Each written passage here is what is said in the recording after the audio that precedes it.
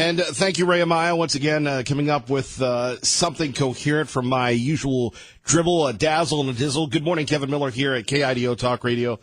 This is a big 2 weeks for us. Big 2 weeks for us collectively here. As you just heard Maggie O'Mara from Channel 7 talk about, it's what Ric Flair says. It all comes down to this, the big Idaho primary. But is it big to the general population? Is it big to people that watch, I don't know, Peaky Blinders or Billions, or they're still watching their old DVDs of 24? We'll get to that coming up. We'll also take your phone calls about the president. Every day it's about the president this, the president that. We'll talk a little bit about what's going on in Israel and Middle East peace. Of course, phone numbers here, 580-5436, 580-KIDO. But before we get to that, we have a list of contenders coming on today. Senator Marv Hagedorn will join us at 6:30. Dave Petzo at 7. Candidate for Congress, David Leroy, coming in at 8:30. We've got our friend Lars Larson. Catch him weeknights at 7 here at KIDO Talk Radio. Huge program planned for you today. So if you have an issue that you want to discuss, you want to talk about, 580-5436. Now is the time. It's funny. When I'm running around and talking to folks, they go, well, I can never get in. This is the secret of talk radio.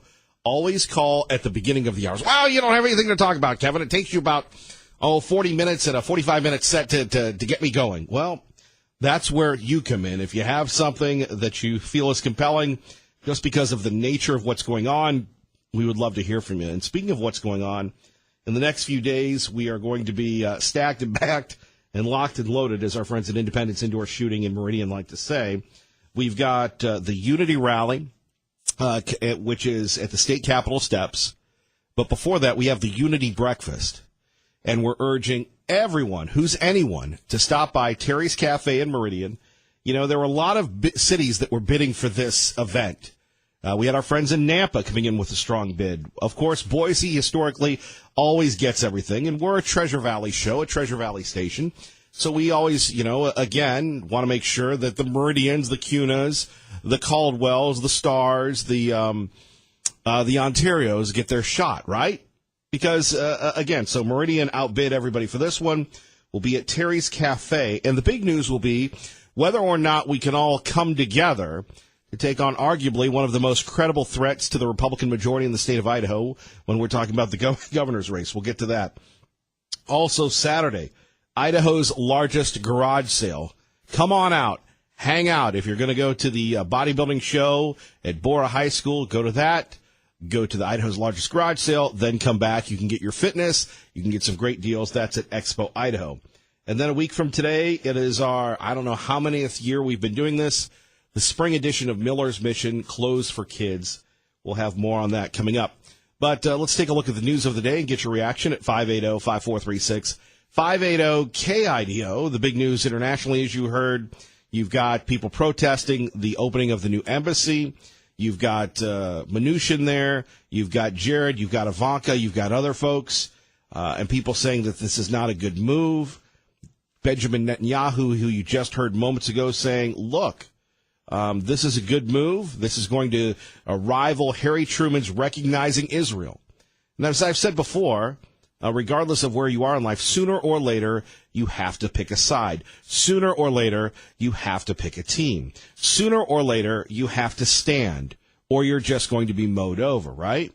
Take a look at what's going on with the North Korean situation. Who would have ever thought in our lifetime that Donald bleepity-bleep Trump would be elected president, would have the economy revving, and would possibly be bringing peace to the Korean peninsula? And people say, well, Donald Trump is not fit to be president. Maybe, just maybe, Donald Trump is crazy like a fox. Speaking of that, let's go to Pro-Life, who joins us now. First call of the day on this soon-to-be sunshine day in beautiful Idaho.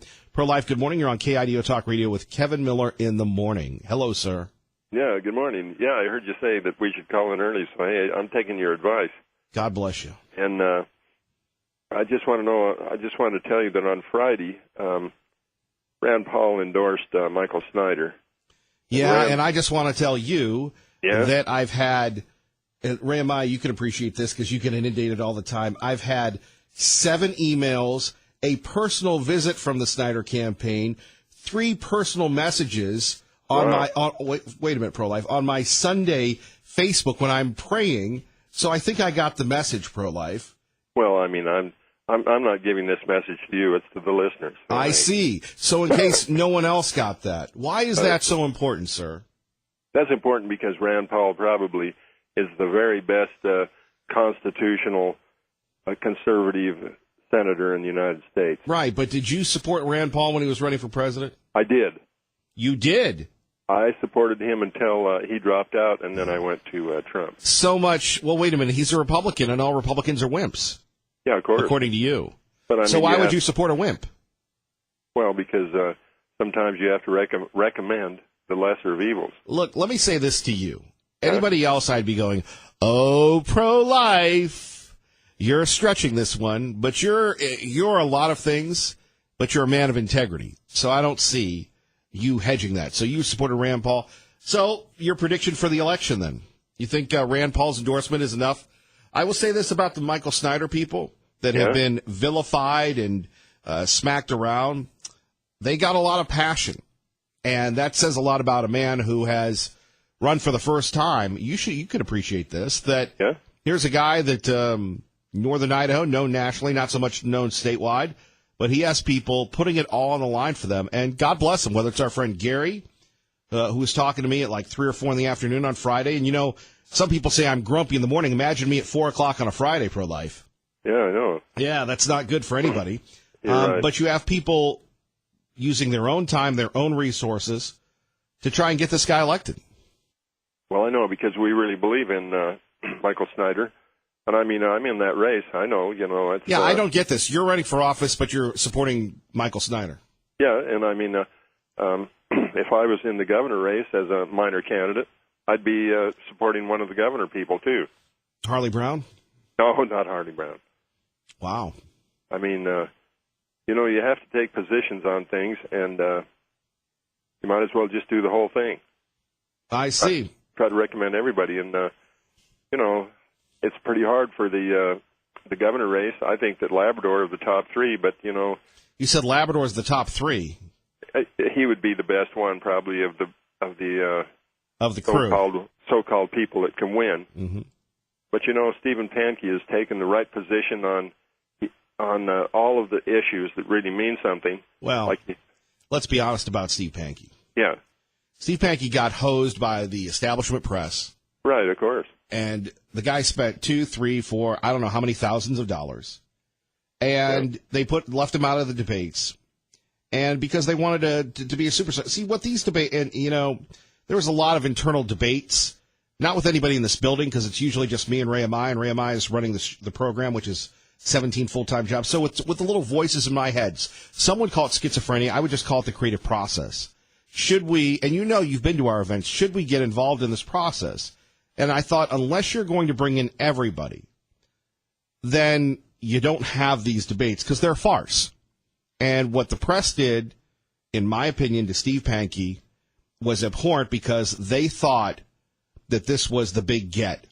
I don't know if the general public gives a rip. I was talking to a radio executive in the hallway, and they said, well, we should be on Zip and Zap and Bap and Bip. And I go, I don't think the Zip, Zap, Bop and Bip stations care so much about the politics. Remember, this is not the general. This is the reddest of the red. This is your elite political person in Idaho. Yeah. So we're going to see tomorrow with how big the turnout is. Now, if it's disappointing, well, all that attention, everything else, might have been for naught. Well, I'll tell you, people lose faith in the media when they do not give them the full scope of everything. Well, and, they were, here, you got a good one here on this one. Donald Trump said, I'm going to start taking people's credentials. And the media goes, well, we have to step up because we're the conduit. No, the media has lost so much faith and credibility with the press that it doesn't matter. There's no sympathy for the press in America today. Yeah, I agree. And that's why I voted for Trump. I usually vote for the Constitution Party, but the media made me so mad that I voted for Trump. Well, welcome back to the Republican Party. Well, Even though you've called us wimps. I know Republicans are wimps, and I can never be a Republican. Well, you can always be one of us. Finally, the end of the line here for Governor Otter, your friend, your countryman, the man who you have his cell phone number. It's funny. Yeah. One of the governor's people said Butch Otter will be making himself available, first come, first serve. And I'm going, that sounded like a royal pronouncement as opposed to, hey, would you like to have the governor on? So your thoughts about the governor, who in the studio you did call a wimp to his face. Well, he's been a popular governor because he gives everybody what they want, supposedly. And you can't be the right kind of governor if you're going to give people what they want. I mean, he's given the establishment what they want. And one thing I really want to talk about is... Well, you've talked a lot. Yeah, well, the appointment of judges. We have the Judicial Appointment Committee that selects judges when a judge retires. So a judge purposely will retire early so the Judicial Appointment Committee can choose the new judge. Then on the ballot it says, incumbent, you want to retain this person. It isn't an open race, really.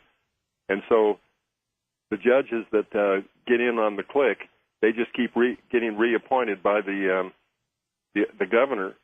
And we need a governor that's going to say, listen, if I'm going to appoint somebody to this judicial seat, you're going to serve for just the time that, because the old judge retired so that his friends could become the new judge.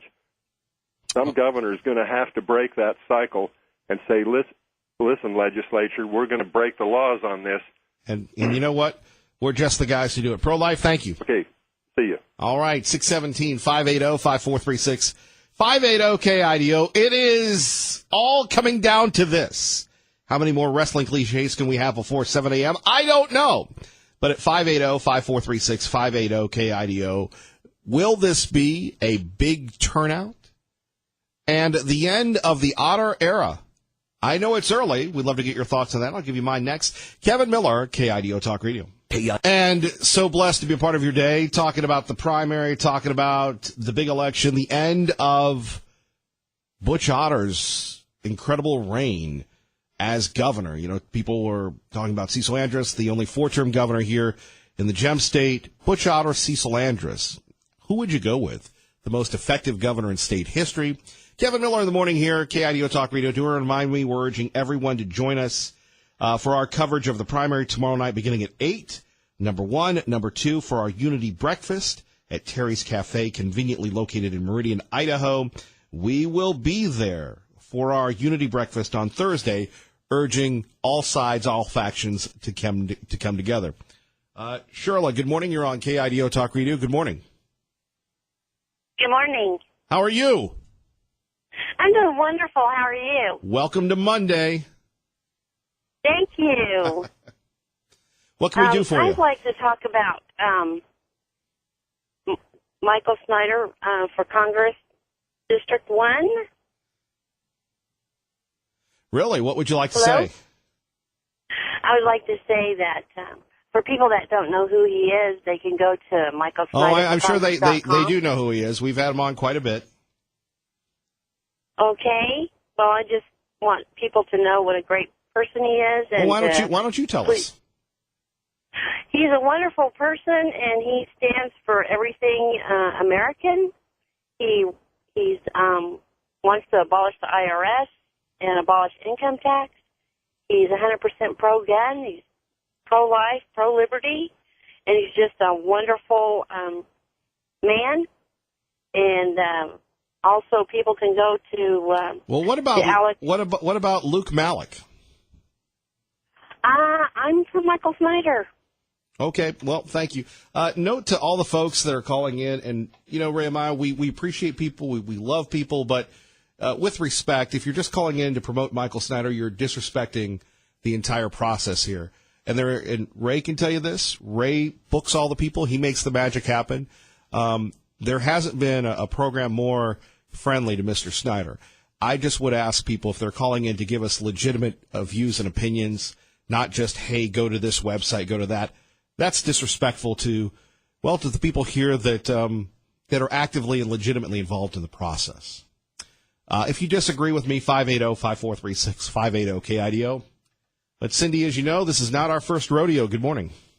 Yes, Kevin, it's not our first rodeo. Oh, speaking of rodeo, I'm just looking forward to the PBR.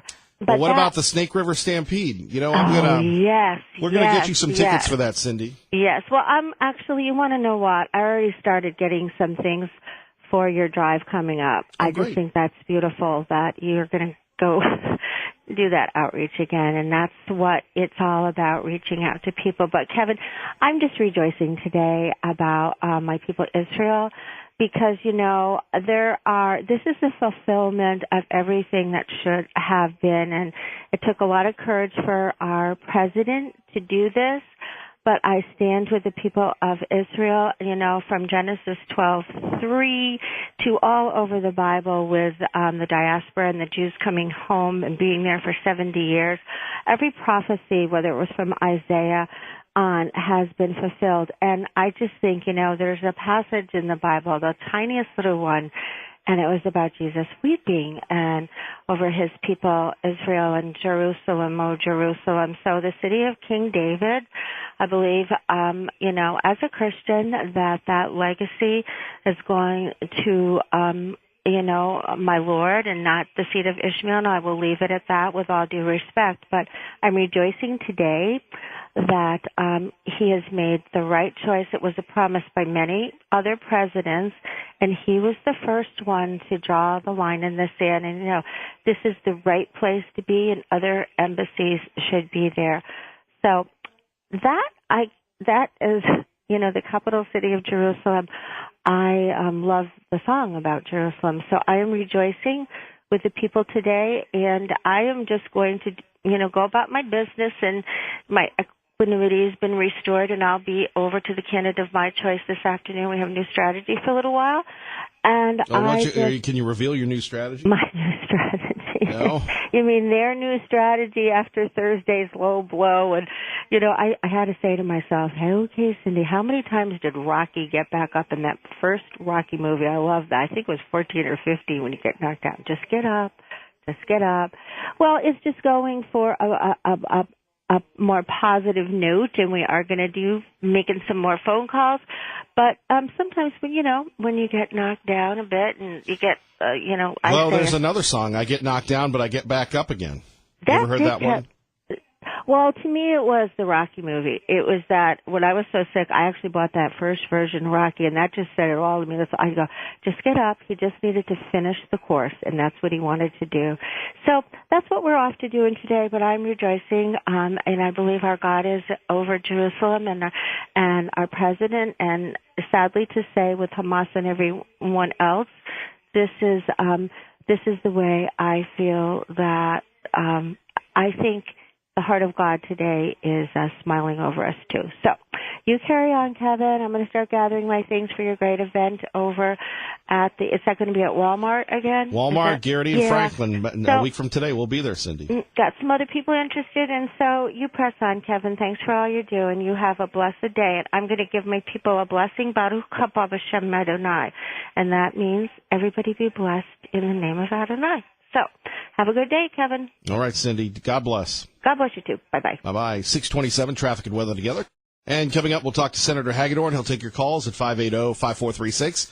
Find out why so much money, so much effort, so much energy is being spent in this race for lieutenant governor. Are you tired of the high gasoline prices? Well, we'll get to that, but how about prescription drugs? Something we didn't get to last week, but here's our own Rachel Sutherland at KIDO Talk Radio. Health and Human Services Secretary Alex Azar says President Trump will roll out the single most comprehensive approach to making prescription drugs affordable of any president. Dozens of initiatives, smart, targeted, efficient, but still respecting innovation. Among the initiatives, making it easier for cheaper generic drugs to reach the market and providing generic drugs for free to low-income seniors. The plan does not include a push for the federal government to negotiate directly for lower Medicare drug prices. In Washington, Rachel Sutherland, Fox News. And for those that say that Donald Trump really doesn't care about people, did anybody else try and work on that? Well, government price controls never work, Kevin Miller. Well, maybe they don't, but you have to do something, right? I still love how we're going to reform Obamacare, but we've just made it more expensive. What do they say, that sometimes the cure is worse than the symptoms or something like that? Think about that as we roll along. 580-5436, 580-KIDO, talking about the big sum of all fears, not presidential, but gubernatorial, congressional, and lieutenant governor-ish primary that will be tomorrow. Again, we'll be there from 8 until when it's over, then back in action the next day, beginning at 5 a.m. Then we will be rolling in to our Unity rally at Terry's Cafe in Meridian. We hope to see you there. A lot going on this week, and if you want to break from politics, don't forget Idaho's largest garage sale. That's right, it's back, bigger than ever. We'll tell you about it next. It is 6:30. You're listening to Kevin Miller on KIDO Talk Radio. Good morning, Maggie. Good morning. Kevin Miller in the morning here. KIDO Talk Radio, our great friend Senator Marv Hagedorn joining us. Senator, how are you? Good morning, Kevin. Very well, thanks. You know, as someone who has served in the state Senate for so many years, are you nostalgic about seeing other people run for your office there? I mean, we see the signs and such, and for years it was Marv Hagedorn. Now you're moving on to lieutenant governor's post, running for that. But any nostalgia about missing your seat now, that district? You know, there's some good people running in, and Kevin and I live in the same district, and there's some really good people running in the district, and so I'm glad to see so many people stepping up. I'm going to miss the Senate. Right. I mean, I spent 6 years in the House and 6 years in the Senate, and that's where we set the policy, right? The executive branch executes the policy that the legislative branch sets. I'm going to miss that. But I look forward to executing that policy that we've worked so hard to do. I look forward to that new challenge. Okay, let's talk a little bit about the race. It ends tomorrow. How do you feel you've run a campaign? Have you run a great campaign? Of course, what are you going to say? Well, no, yeah, Kevin. That's right. Everybody's going to say the same thing. We put our campaign together early on, probably almost a year ago, and we've executed our campaign exactly as we've planned. And so whether that was a good plan or not, we'll learn tomorrow. Right. Over the weekend you were attending a few events. I saw you in Star. Yeah. A big, significant event. Can you tell us a little bit about that? That was, I'm so proud of the Star leadership. They put this program together to recognize everyone in Star that they could find who had received a Purple Heart. And then we had a little ceremony, and they gave a plaque to each one of those folks that received a Purple Heart and just recognized them. And it was moving. You could, even the folks, and there were a lot of Vietnam veterans there, even those folks, you could tell they were moved by that recognition. It was a very touching event. As a Navy veteran, as a veteran yourself, you've continually outreached and championed the veterans community. What don't we get about veterans that we don't support them enough? Share your thoughts with us, sir. I remember when I retired back in 1994, and for some people remembering back 24 years is a hard thing, I know. Is that 24 years? Yeah, I know. Oh, it's crazy. Gosh. Yeah. I remember when I retired, we went through this transition assistance program. It was a week of how to become a civilian. And they handed us a notebook. And in that notebook, they said, here's all 50 states and all benefits for veterans. So you can choose wherever you want to go here. So I knew I was coming back home. Right. So I opened it up immediately to Idaho, and on the top of the page was the Idaho flag. Under that it said Idaho, and the rest of that page was blank. And I will. That vision is burned in my mind. All these other states are creating some kind of benefits for veterans because they want to recruit them to their state. What a great workforce! And Idaho's was blank. And so that was when I got appointed in 2007. That was one of my quests. Was I want to fill that page up. We need veterans in our state. They're a good workforce. They're good people. They come with a lot of great benefits that we can use. Colleges and universities love veterans because of their GI Bill. We need them, and they need Idaho. Right, and it's unfortunate that whether it's Idaho or nationally across the country that we've had challenges with the VA, and we continue to do so. And you think of the men and women and what they've sacrificed, and through their sacrifice, it's a blessing that none of us will ever know about that. Right. Yeah, and we have 200,000 of those folks getting out every year. You know, they get out of the military and are trying to go home and transition to a place that's going to be friendly to what they've experienced. Idaho needs to be that place. Senator Marv Hagedorn joining us. Kevin Miller in the morning, candidate for lieutenant governor. That would be the senator, not yours truly. Why lieutenant governor? We've talked about this before. And by the way, I want to always thank you for stopping by Miller's Mission and donating and just kind of hanging out with the characters and contributors. But why lieutenant governor as opposed to Congress or as opposed to governor? You know, it's funny. I've had people ask me a lot, why don't you run for governor? Why don't you run for Congress? And number one, I did my time out of Idaho State. I did 20 years in the Navy, around the world. I'm home now, and I'm going to stay home. I don't need to go to D.C. I've had titles all of my life. Since I was a Cub Scout, I have had titles. So I don't do this for titles. And I'm dyslexic. So running for the governor, the whole shaking hands and kissing babies things, sure, you screw that up once, it's all over. Right. And so, no, honestly, the lieutenant governor's job is one where the biggest part of the job is you run the Senate. You run the floor session of the Senate. And I have watched that happen now for 6 years. And I want to make sure, quite frankly, Brad has done a really good job at running the floor. He's made sure that every bill is heard fairly and everybody gets the debate that the bill needs to get. And he's broken, I think, 4 ties since I've been there. So it's not, you know, being lieutenant governor in the Senate is not something where you're setting policy. It's just the fairness and making sure that everything is done correctly. And then I love doing economic development. I love selling Idaho. This is such a great state. I think you've sold it too much. We've got a lot of traffic issues now. Yeah. Do we send those complaints to you, sir? Yeah, do that. Yeah. No, and we have the largest turnover of elected officials in our generation in this state. This is the election where we're going to see more people on the ballot for more different things. We've got 17 seats in the House alone that are open seats. And we've already had a 70% turnover in the last 4 years of just the House. So someone, I think, whoever our new governor is going to be, someone needs to help provide some historical continuity of why we are where we are with the grocery tax, as an example, or naturopath issues, or, pick an issue that we haven't yet solved.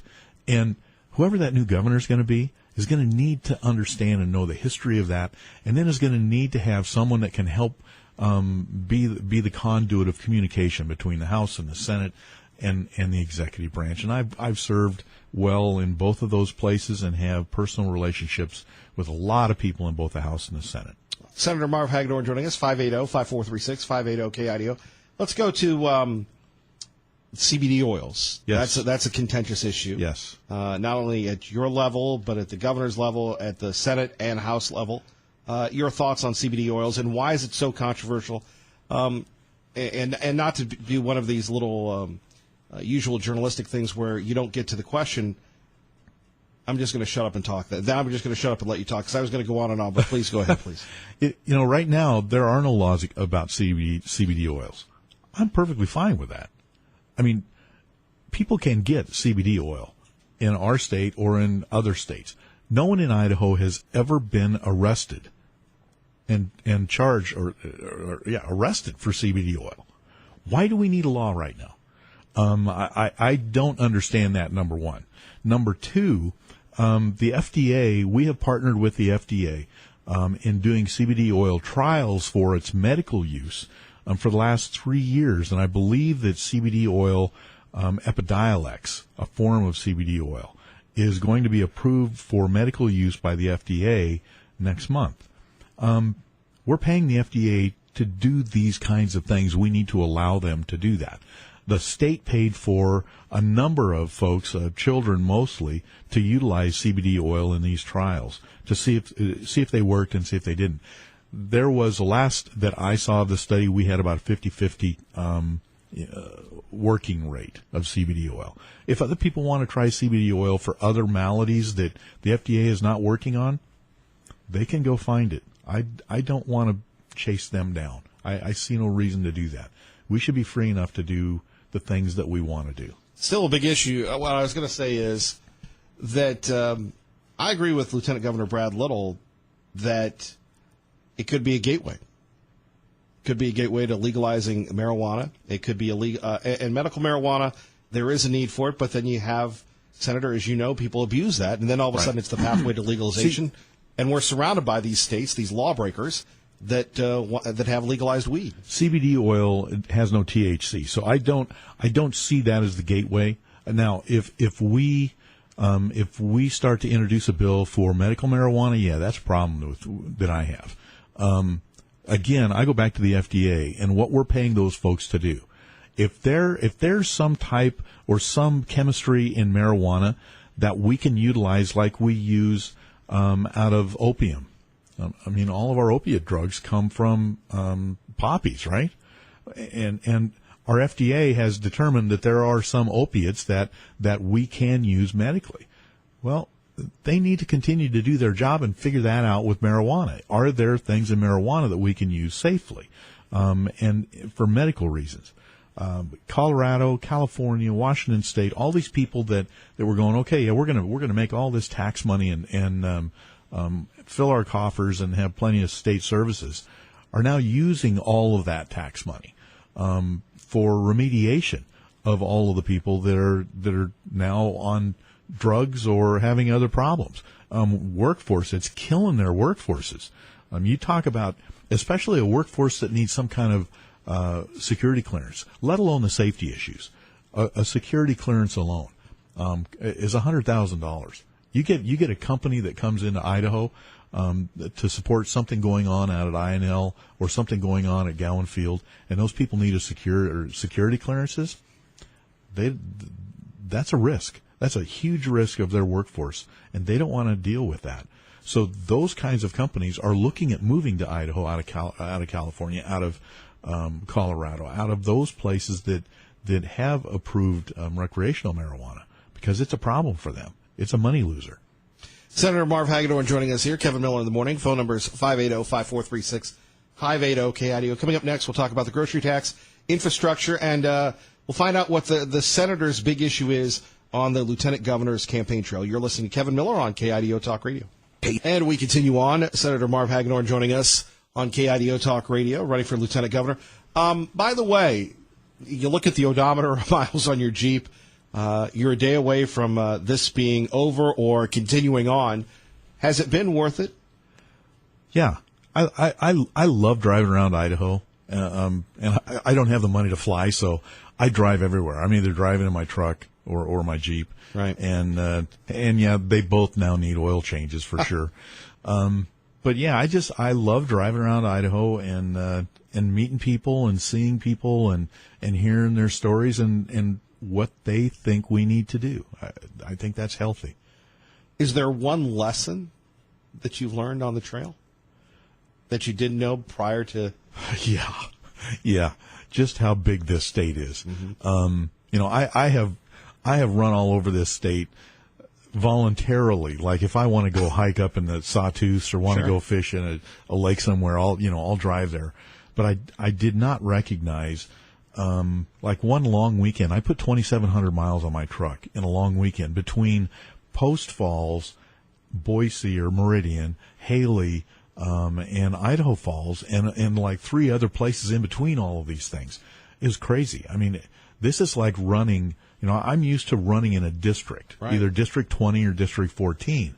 This is like adding 34 more districts onto this race during the same amount of time that you would normally do between the end of the legislative session and the primary.